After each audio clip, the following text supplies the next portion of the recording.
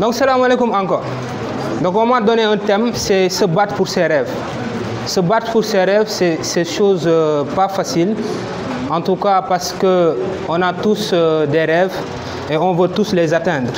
Toutefois, moi j'ai une question. C'est que quand on est dans un état de rêve, quand on fait vraiment un rêve, est-ce qu'on doit dormir ou on doit être réveillé? Est-ce qu'on doit dormir pour rêver vraiment ou est-ce qu'on doit être éveillé pour avoir un rêve? Je vous le demande, c'est une question que je vous demande. Hein? Les deux sont possibles. Il faut se réveiller pour réaliser ses rêves. Pour moi, Oui. la nuit, pendant Oui. que les gens dorment, Pendant que les gens dorment. pendant qu'ils sont en train de rêver. Oui. Moi, je préfère me réveiller et réaliser mes rêves. Oui. C'est pourquoi je travaille la nuit. Elle nous dit qu'elle ne dort jamais, qu'elle ne rêve jamais, qu'elle est tout le temps éveillée. Je vous présente Aziz de ce côté-là et Malik de l'autre côté. Moi, je vis pour un rêve, mais Aziz, il rêve d'une vie. Donc, quand je vais parler, imaginez tout ce que je vais dire dans ces deux boîtes. Quelqu'un va vivre pour ses rêves et un autre va rêver pour une vie. Sachez qu'on va parler tout au début de c'est quoi les moyens de notre rêve. Les moyens, c'est quoi?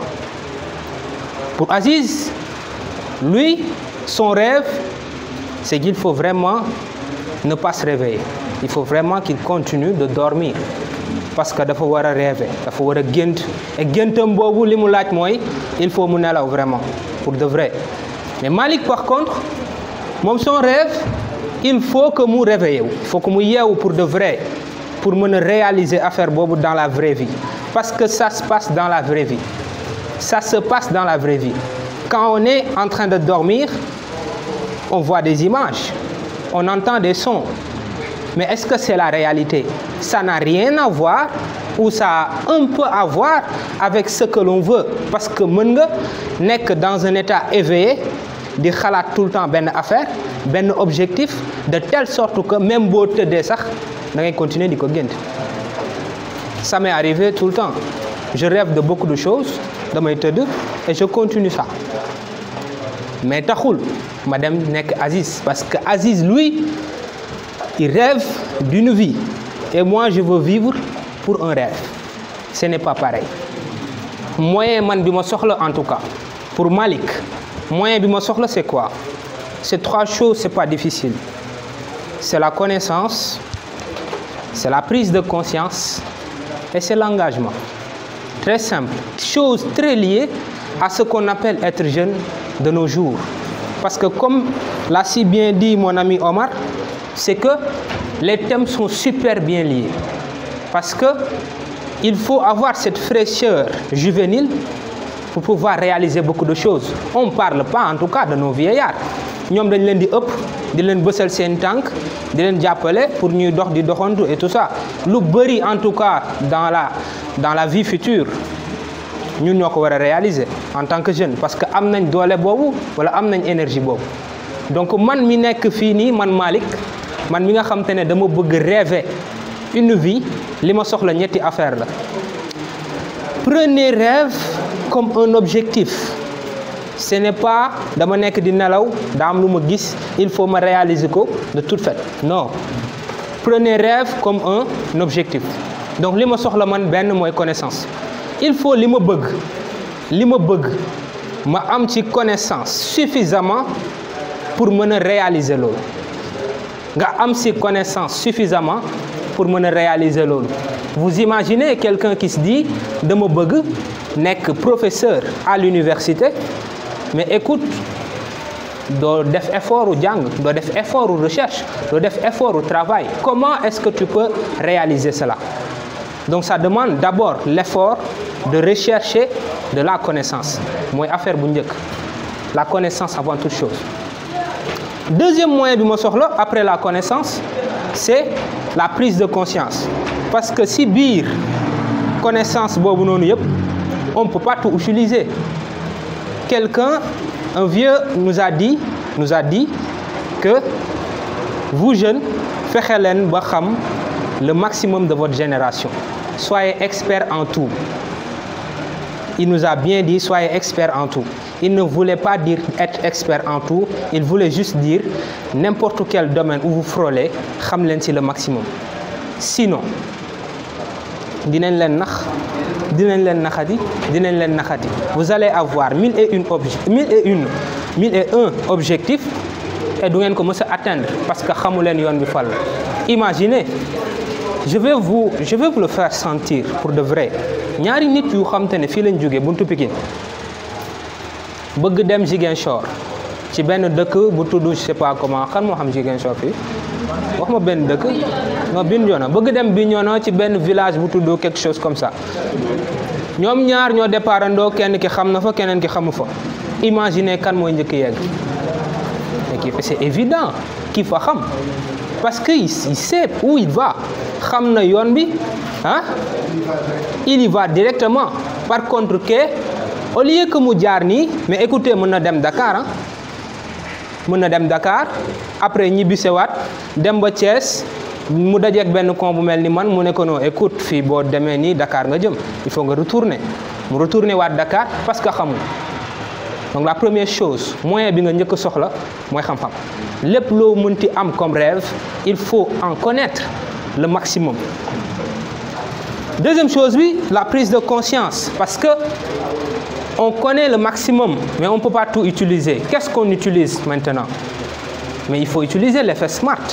La prise de conscience c'est que nga xam est-ce que ce objectif ce rêve bi nga am c'est spécifique, c'est dans quel domaine de façon spéciale. Lii laa bëgg def man dama bëgg kolu bu ñuul. La plupart d'entre vous, je vous jure devant Dieu, je vais pas faire le test mais su ma leen laajoon wallaay pourquoi ngeen sol couleur bi ngeen sol tey mais xamul leen ko vous avez juste mu jeex. Spécifique ñu xam exactement lii laa bëgg ma dem def loolu.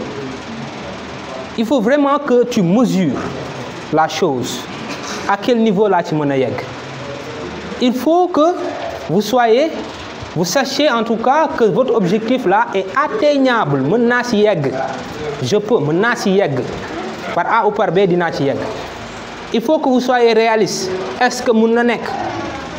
Vous faites en tout cas un dialogue avec votre rêve. Dialoguez avec votre rêve. Da ngeen di waxtaan ak seen bëgg-bëgg. Yow da nga bëgg nekk je sais pas moi jouer katu film. Mais faites un dialogue avec ça waxtaan leen ak seen bëgg-bëgg boobu noonu parce que considérez leen ko comme benn nit boo nga xam ne moom ngeen war a waxtaanal. Mais écoute mais Malick yow da nga bëgg nekk vraiment joueur de film mais est-ce que mën nga ko def mais est-ce que tu es assez comique mais est-ce que gars yi bu ñu la xoolee dinañ gis yow benn affaire bu war a tax ñu taxaw di la déglu mais est-ce que si on se pose pas ces questions et de essayer de savoir si c'est réalisable mais on va pas l'atteindre. Est-ce que aussi ce que Mahi disait tout à l'heure est-ce que c'est précis sur un temps déterminé?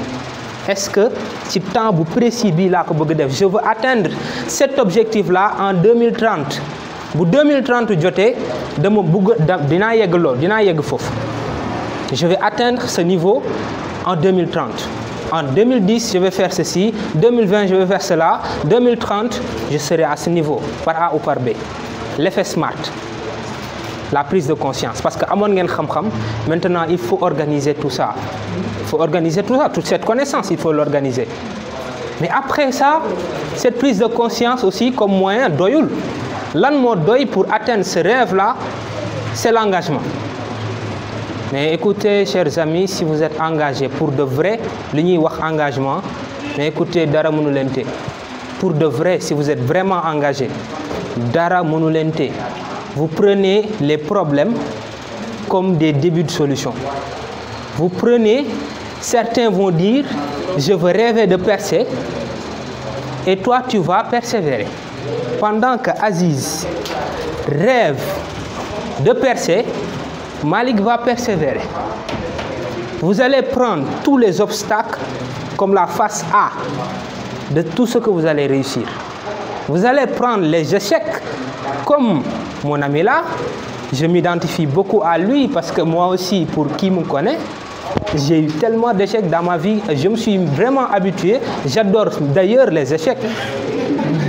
Je me suis tellement habitué à l'échec que je commence à avoir ce plaisir d'échouer en fait. Parce que à chaque fois, non, c'est très sérieux.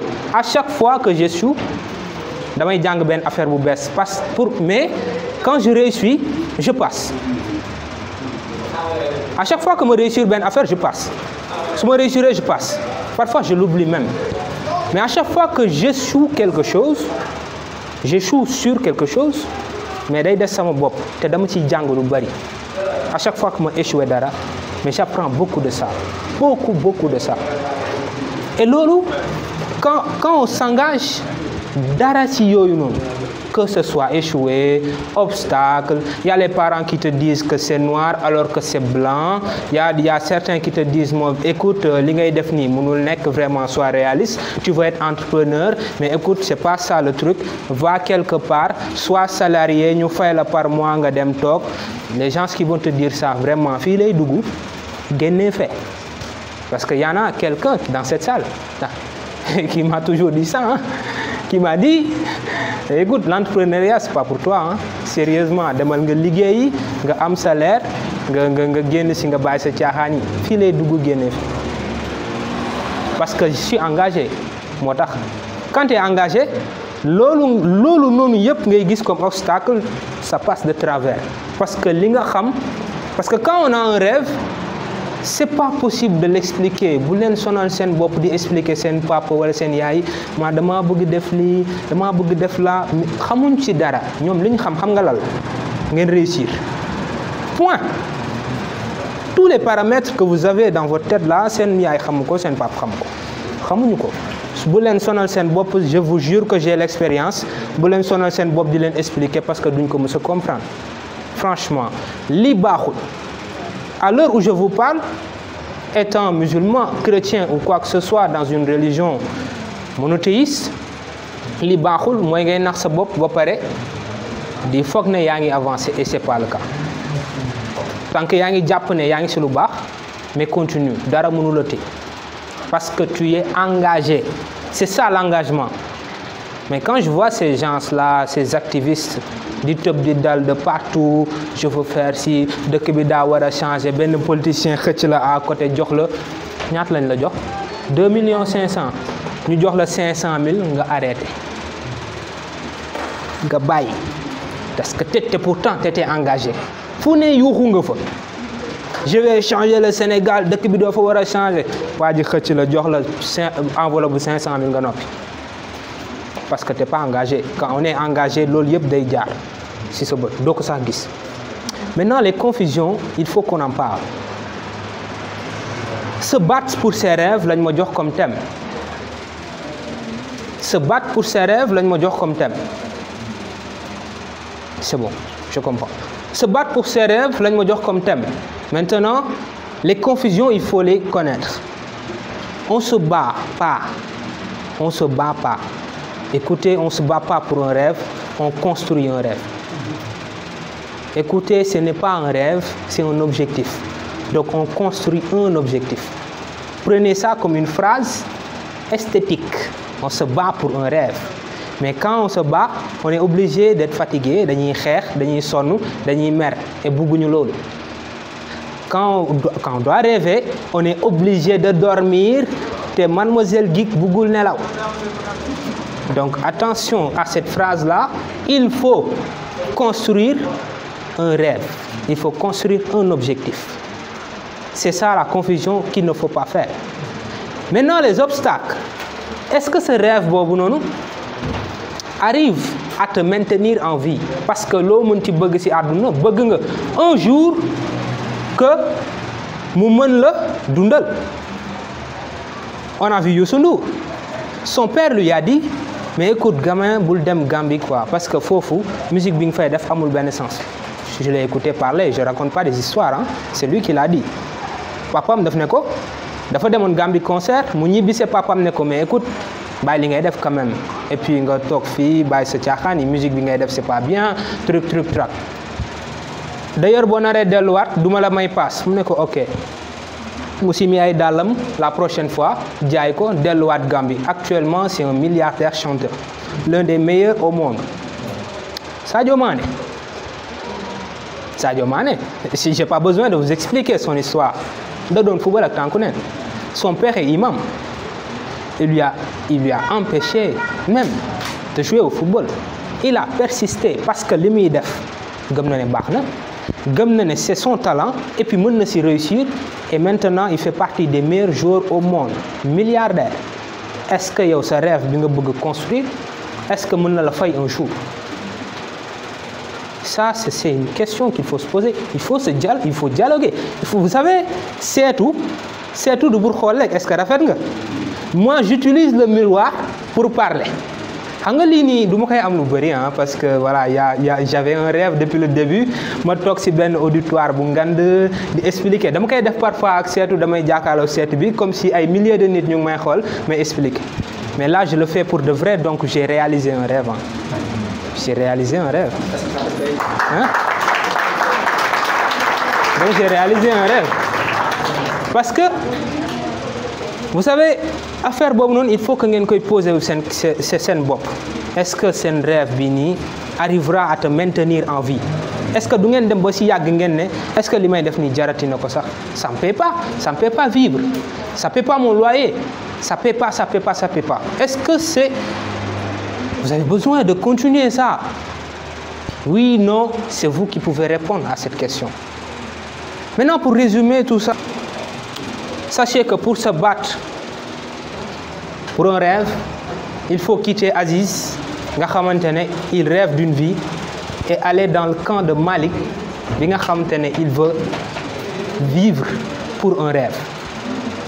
Et il a 3 choses à savoir: il faut que mu am connaissance, il faut que mu def prise de conscience, il faut que mu engagé wu, parce que loolu la soxla en tant que jeune, en tant que ku am énergie, en tant que quelqu'un qui veut faire quelque chose malgré le regard des autres, et il va le faire. Et loolu noonu lay tëjee sama wax. Je vous pose encore cette question: est-ce que vous voulez vivre pour un rêve ou est-ce que vous voulez rêver une vie? Je vous remercie.